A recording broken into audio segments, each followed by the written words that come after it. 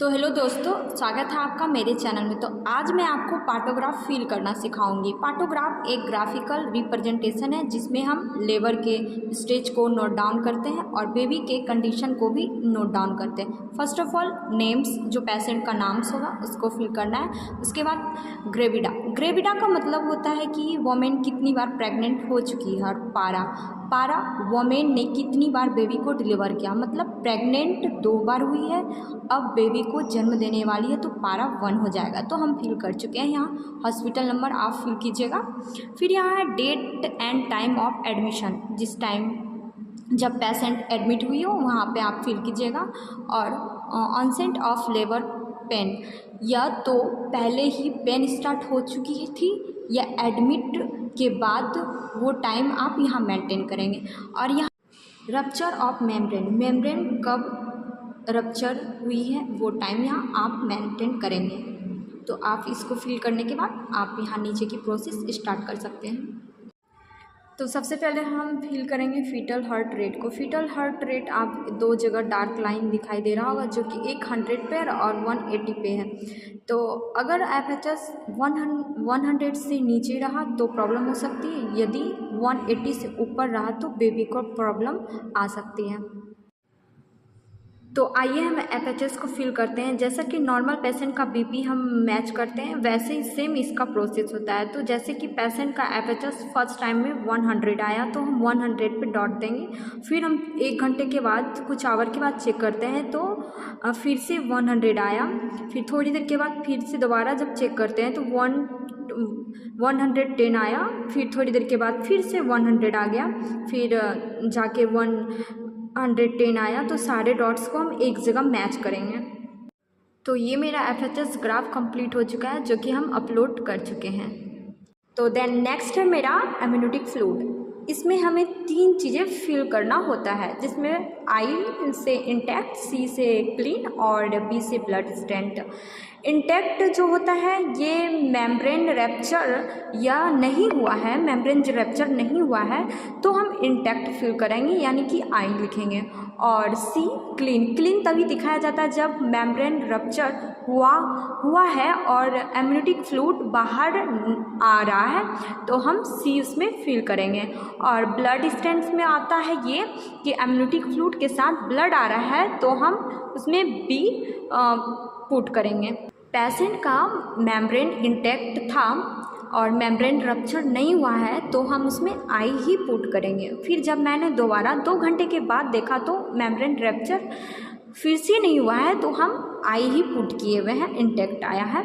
फिर जब मैं दोबारा जब मैंने चेक किया तो एमनियोटिक फ्लूइड क्लीन आ रहा है, तो मैंने C पुट किया। तो अब आगे की ओर बढ़ते हैं।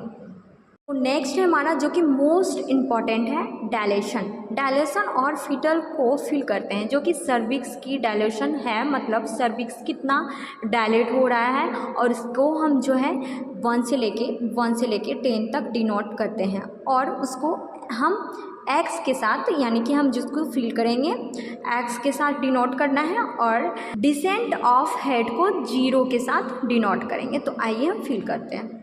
तो आप सोच रहे होंगे डिसेंट ऑफ हेड क्या होता है, तो आइए उसका मतलब बताते हैं। बेबी का जो हेड होता है, यानी कि बेबी का जो हेड होता है वो सीज़ेरियर सुपाइन से कितना नीचे आ, जैसा कि आप डायग्राम में देख सकते हैं कि इंसीजियर सुपाइन को हम 0 से डिनोट किए हैं। हमारा जो बेबी होता है उनका जो हेड होता है तो उसको हम इंसीजियर सुपाइंस जो होता है 0, अगर यदि वो बेबी का जो हेड होता है अगर वो नीचे की ओर आ रहा है तो हम प्लस से डिनोट करेंगे, +1 +2 +3, ऐसे ही वो नीचे की ओर आते रहेगा। अगर यदि बेबी का हेड ऊपर की ओर है तो हम -1 -2 से डिनोट करेंगे। तो आप आगे यहाँ पे आप समझ सकते हैं।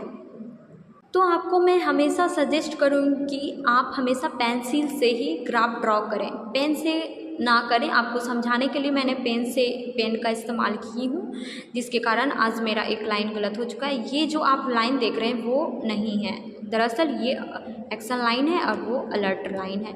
यहाँ जो टाइम डाल चुके हैं, जो कि आवर हमारा दिया हुआ है, यानी कि टाइम डाल चुकी हूँ वो मेरा पेशेंट का डायलेशन टाइम है, जो 1 बजे, फिर 4 बजे चेक की हूँ, फिर मैंने 8 बजे चेक की हूँ। 10 सेंटीमीटर डायलेशन हो गई थी। सबसे पहले 1 बजे जब मैंने डायलेशन चेक किया तो साथ में ही मैंने डिसेंट ऑफ हेड को भी चेक की हूँ। तो मैंने एक ही कॉलम में दोनों को अपलोड की हूँ। हमारा जो एक्स है वो सर्विक्स की डायलेशन को 1 बजे फिर 4 सेंटीमीटर, जब मैंने फिर से दोबारा चेक किया तो 4 बजे 6 सेंटीमीटर, फिर मैंने चेक किया तो 8 बजे वो 10 सेंटीमीटर डायलेशन हो चुकी थी। डिसेंट ऑफ हेड 1 बजे जब मैंने चेक किया तो 4 सेंटीमीटर डायलेशन। उस टाइम डायलेशन ऑफ हेड जो है +1 और +2 और +3, यानी कि हेड जो है बेबी का हेड वो नीचे की ओर आ चुका था। तो आइए हम अलर्ट लाइन और एक्शन लाइन को समझते हैं।